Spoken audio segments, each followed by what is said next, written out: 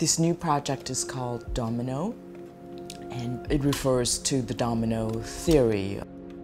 I grew up hearing about the domino principle, that whole notion of one country falling to communism, everything else follows through. And so I've had this first jumbo lighter for quite a while.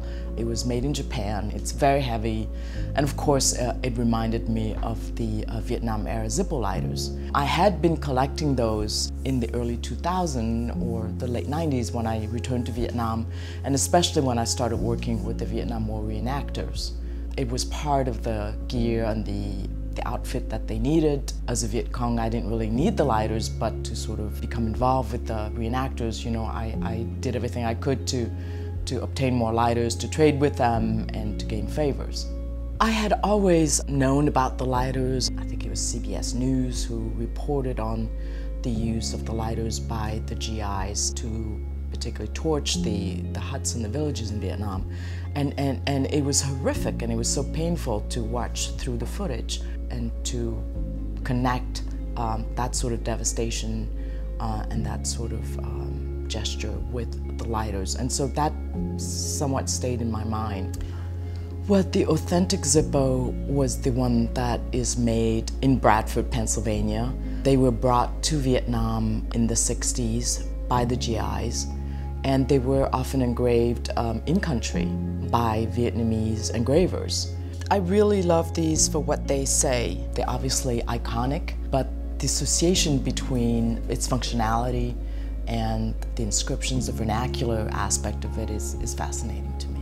They served as a social protest, a talisman for the GIs. They were also a form of personal expression.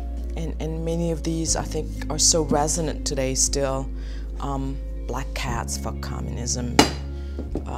This one says, black is beauty, think black, act black, love black, we shall overrun. There's some more light-hearted one, like you can surf later. You know, surfing culture was so important during the Vietnam War. And of course, it don't mean nothing. There was an incredible range of inscriptions. A lot of quotations lifted from the Bible that were used over and over again. They were things that were very idiosyncratic that the soldiers came up with, their names, their partner's name, their wife's names, or their mother's names. What fascinated me were the ones that seemed absurd, that seemed to reveal something much more than the kind of cookie-cutter expressions that one would hear. I also loved the misspellings. Swift, silent, and deadly. It's misspelled here. Swift, slant, silent, deadly. It's misspelled because it was engraved by Vietnamese engravers in country. So they're all very different, and they all have their own personalities. These lighters are 7 inches tall, so they are a lot larger than the original Zippo. I just love the weight. I love the way they are sculptural. I love the way they look like a paperback, tombstones. I love the reflective surface. And I started accumulating quite a number of them. And I would stack them and look at them without thinking much about what I would do with them.